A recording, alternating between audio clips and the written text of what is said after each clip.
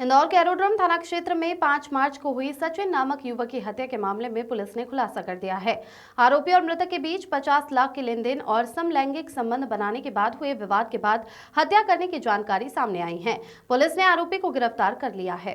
दरअसल इंदौर के एरोड्रम थाना क्षेत्र में रहने वाले सचिन चोपड़ा की संदिग्ध परिस्थिति में मौत हो गई थी, जिसके बाद सचिन के साले राकेश साहू ने एरोड्रम थाना पुलिस को इस मामले की सूचना दी थी, जिसके बाद पुलिस ने जांच करते हुए मृतक का पोस्टमार्टम करवाया। पोस्टमार्टम रिपोर्ट में मृतक का गला दबाकर हत्या किए जाने की बात सामने आई थी। उसके बाद पुलिस ने हत्या का मामला दर्ज करते हुए अज्ञात आरोपी के खिलाफ मामला दर्ज किया था।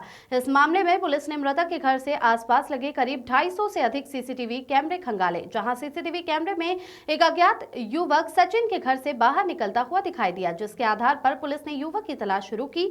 जांच के दौरान पुलिस को पता चला कि मृतक सचिन ने आरोपी रोहित से करीब 50 लाख रुपए से अधिक गोल्ड में निवेश करने के नाम पर लिए थे और शुरुआती दौर में 10% से अधिक का पैसा अच्छे रिटर्न के साथ वापस भी किया था, लेकिन सचिन करीब 1 साल से रोहित को पैसे वापस नहीं कर रहा था। सचिन और आरोपी रोहित 3 और 4 मार्च को सचिन के घर पर ही रुके, जहां दोनों के बीच समलैंगिक संबंध बनाने की बात भी सामने आई है। इस बारे में जानकारी देते हुए एरोड्रम थाने के एसीपी विवेक सिंह चौहान ने बताया कि आरोपी रोहित और मृतक सचिन के बीच में पैसे के लेन देन को लेकर यह हत्या की गई है। मृतक सचिन सोने में इन्वेस्ट करने के नाम पर रोहित से पैसे लेता रहा और जब उसने रिटर्न देने से मना कर दिया तो रोहित और सचिन के बीच में खटास आ गई थी। सचिन और रोहित 3 और 4 मार्च की रात सचिन के घर पर ही रुके थे, जहां दोनों के बीच समलैंगिक संबंध भी बने थे। ये बात पोस्टमार्टम रिपोर्ट में सामने आ चुकी है। फिलहाल पुलिस ने उज्जैन निवासी आरोपी रोहित रायकवार को गिरफ्तार कर लिया है। Bureau report. तो थाना क्षेत्र में अंधे कत्ल का पर्दाफाश हुआ, कौन आरोपी, कब घटना हुई थी, क्या पूरा प्रश्न? दिनांक 5 तारीख को अभी जो है थाना एरोड्रम पर आवेदक राकेश साहा के द्वारा रिपोर्ट लिखाई गई थी कि उनका साला जो घर पे रात्रि में सोया था और सुबह जो 11:30 के करीब उन्होंने देखा तो वो बेहोशी हालत में है। पुलिस के द्वारा मौके पर जाकर देखा गया, उसकी व्यक्ति की मृत्यु हो गई थी।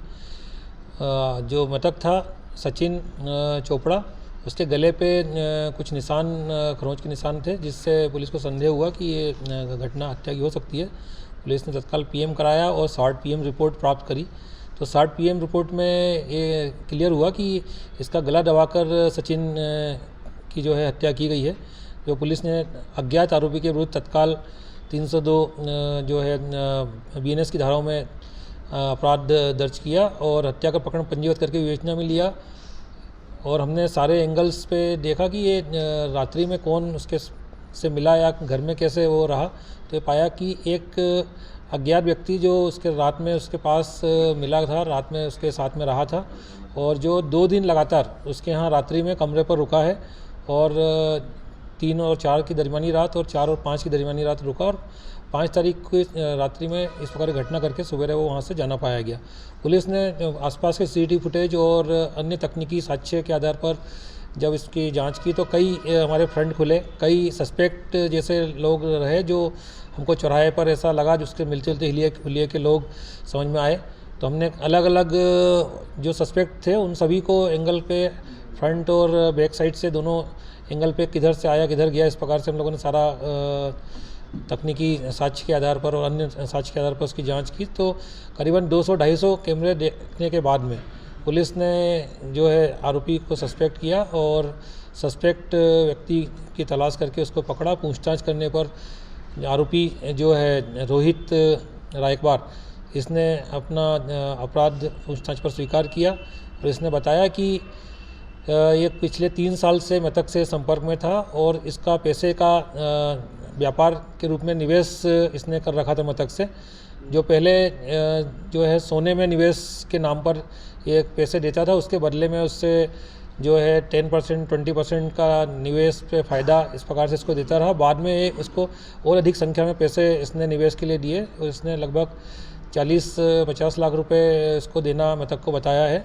जो करीबन 1 साल से पैसे का इसको न तो रिटर्न किए थे, न इसको जो भी पहले निवेश से फ़ायदा मिलता था वो दे रहा था। तो इसकी लगातार मांग के दौरान इसने जो है दिनांक 3-4 की दरमियानी रात ये उससे मिला, तो यह और वह मृतक दोनों साथ में रुक गए और साथ में ही रहे। इन्होंने आपस में समलैंगिक संबंध भी बनाए और लगातार 2 दिन तक उसने पैसे की मांग करी, पर वो पैसे उसने दिए नहीं, तो इसने आवेश में आकर फिर उसके बाद में 5 तारीख को उसको जो है गला दबाकर उसको मौत के घाट उतार दिया। पुलिस ने पहले जांच में बताया था कि डेटिंग ऐप से इसको बुलाना पता चला था। नहीं, ऐसा डेटिंग ऐप की जानकारी तो नहीं आई थी, लेकिन यह है कि सभी एंगल्स पे हम लोग तलाश कर रहे थे और ये संभावना थी, क्योंकि मृतक का जो मोबाइल है वो आरोपी लेकर चला गया था, तो वो हमको वो एंगल अभी उससे मिल नहीं पाया था। फिर हमने इसके कॉल डिटेल्स वगैरह का एनालिसिस किया, सीसीटीवी फुटेज का एनालिसिस किया। मैंने बताया कि कई एंगल्स पे हम लोगों ने काम किया था, कई अलग अलग लोगों को सस्पेक्ट किया था, जिनके आधार पर हमने उसको फॉलोअप किया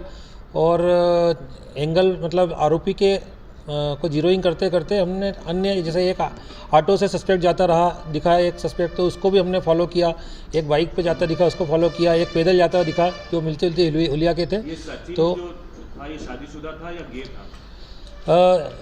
ये दोनों जो है समलैंगिक संबंध में रहे थे, 2 रात जब रहे हैं, और दोनों जो है समलैंगिक संबंध बनाए हुए पाए गए हैं।